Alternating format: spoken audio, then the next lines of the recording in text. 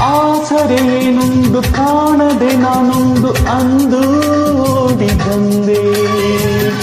ದೇವರ ಹಾಗೆ ನಿನ್ನ ನಾನಲ್ಲಿ ಕಂಡೆ. ಹೇಳುವರಾರಿಲ್ಲ ಕೇಳುವರಾರಿಲ್ಲ ಉಂಟಿ ಬಾಳಿನಲ್ಲಿ. ದೇವತೆಯಂತೆ ನೀನು ನನ್ನಲ್ಲಿ ಬಂದೆ.